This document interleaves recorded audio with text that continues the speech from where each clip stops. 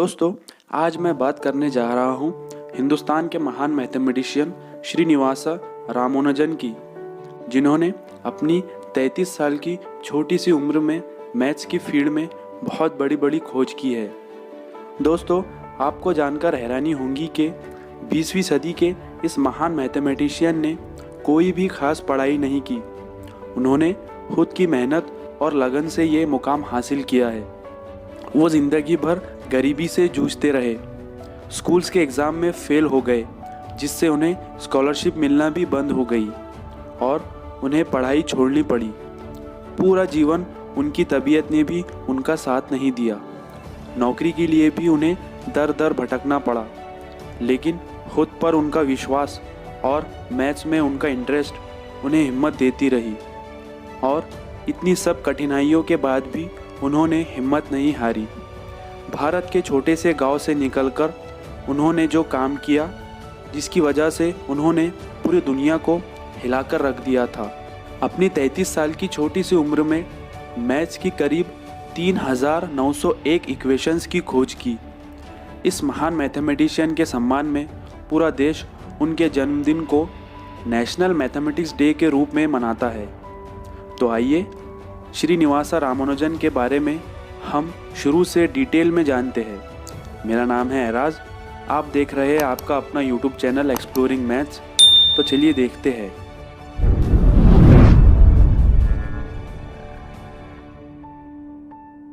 रामानुजन का जन्म 22 दिसंबर 1887 को भारत के तमिलनाडु राज्य में इरोल नाम के एक गांव में हुआ। मंदिरों के प्राचीन शहर कुंभकोरम में अपना बचपन बिताया।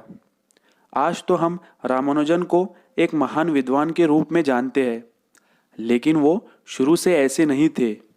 कहते हैं कि बचपन में उनके दिमाग की डेवलपमेंट नहीं हुई थी। 3 साल की उम्र तक उन्होंने मुंह से कोई भी आवाज़ ही नहीं निकाली थी।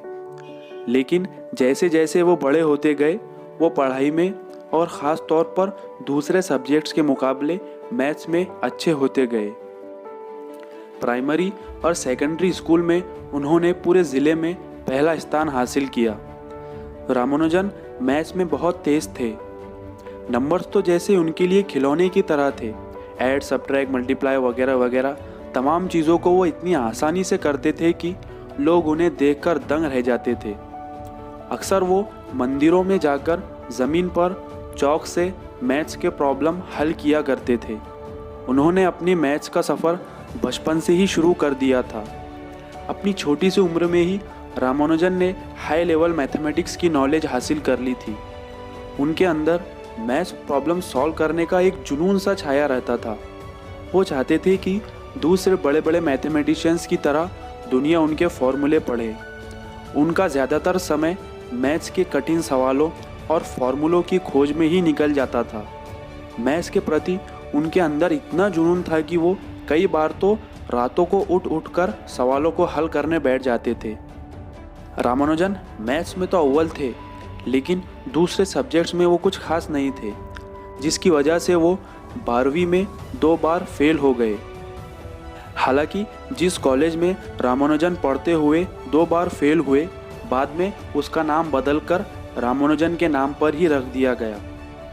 वक्त के साथ साथ मैथ्स पर उनकी पकड़ और भी अच्छी होती गई। 1911 में रामानुजन ने अपना पहला research paper journal of Indian mathematician society में पब्लिश किया। भारत के लोग तो उनके रिसर्च और ज्ञान को पसंद करते थे, लेकिन अंग्रेज़ों के लिए ये अजीब था।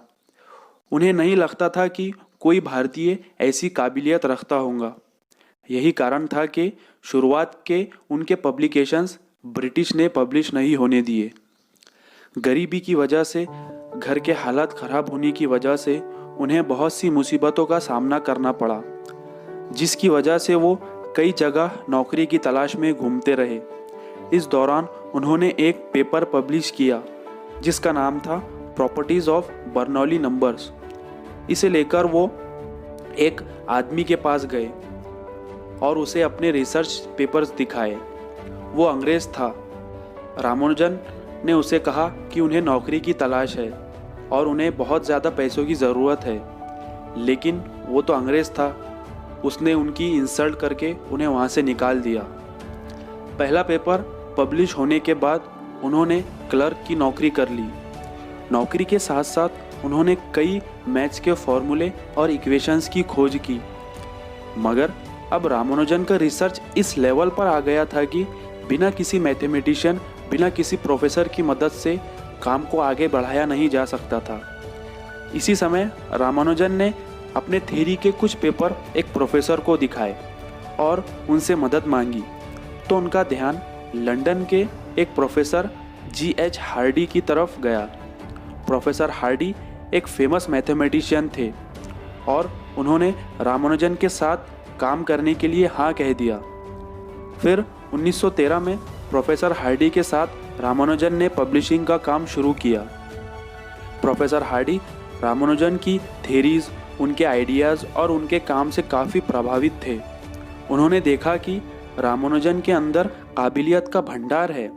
अगर उसे सही तरीके से रास्ता दिखाया जाए तो वो बड़ा नाम कमा सकता है।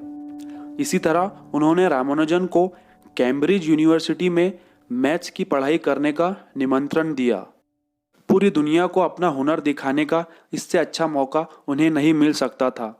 बिना कुछ सोचे समझे पहली बार में ही उन्होंने इस निमंत्रण को हाँ बोल दिया। सन 1914 में रामानुजन इंग्लैंड के लिए निकल गए। कैम्ब्रिज यूनिवर्सिटी पहुंचकर रामानुजन ने प्रोफेसर हार्डी के साथ मिलकर कई प्रोजेक्ट्स पर काम शुरू किया। रामानुजन के तेज दिमाग को उन्होंने सही राह दिखाई। बस फिर उसके बाद तो गुरु शिष्य की ये जोड़ी हिट हो गई। कई हाई लेवल के रिसर्च पेपर दोनों ने मिलकर पब्लिश किए, जिसकी वजह से रामानुजन को कैम्ब्रिज यूनिवर्सिटी से BA की डिग्री भी दी गई। रामानुजन की मैथ्स की काबिलियत देखकर उन्हें लंदन के रॉयल सोसाइटी का फेलो बना दिया गया। ब्रिटिश कंट्री में रॉयल सोसाइटी की सदस्यता मिलना बहुत बड़ी गर्व की बात मानी जाती थी, वो भी उस वक्त जब हिंदुस्तान पर ब्रिटिश गवर्नमेंट का राज था। रॉयल सोसाइटी के पूरे इतिहास में रामानुजन सबसे कम उम्र के सदस्य थे। उसके बाद रामानुजन ट्रिनिटी कॉलेज की फेलोशिप पाने वाले पहले भारतीय बने। कुछ समय बाद इंग्लैंड में भी रामानुजन की तबीयत बहुत ख़राब हो गई और जांच करने के बाद डॉक्टरों ने बताया कि उन्हें ट्यूबरक्लोसिस हो गया है। उस समय टीबी की बीमारी का कोई इलाज नहीं था।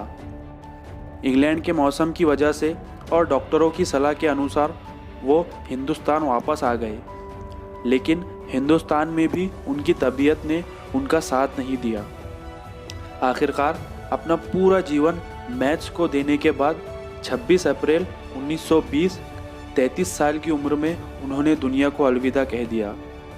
अपनी 33 साल उम्र में रामानुजन ने मैथ्स के विकास में हाई लेवल का योगदान दिया था, जो अमूल्य है। रामानुजन के जन्मदिन 22 दिसंबर को नेशनल मैथमेटिक्स डे के रूप में मनाया जाता है। इंग्लैंड के प्रमुख मैथमेटिशियन G.H. हार्डी रामानुजन को ऑयलर, गॉस, आर्किमेड्स और न्यूटन जैसे दिग्गजों के श्रेणी में ही मानते थे। 33 साल की कम उम्र में रामानुजन ने कई थ्योरीज और बुक्स लिखी, जिनका पब्लिकेशन उनकी मौत की बाद भी हुआ, जिसमें से ज़्यादातर थ्योरीज को सालों तक कोई सुलझा नहीं पाया। एक सदी बाद आज उनकी इक्वेशन और थ्योरीज का इस्तेमाल ब्लैक होल के बिहेवियर और नेचर को समझने के लिए किया जा रहा है।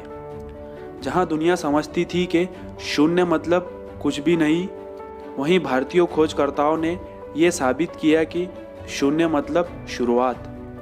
भारत के लोगों ने कई बार साबित किया है कि उनका ज्ञान किसी से कम नहीं बल्कि सबसे अच्छा है। आप क्या कहेंगे इस महान मैथमेटिशियन रामानुजन के बारे में? कमेंट बॉक्स में ज़रूर बताइए।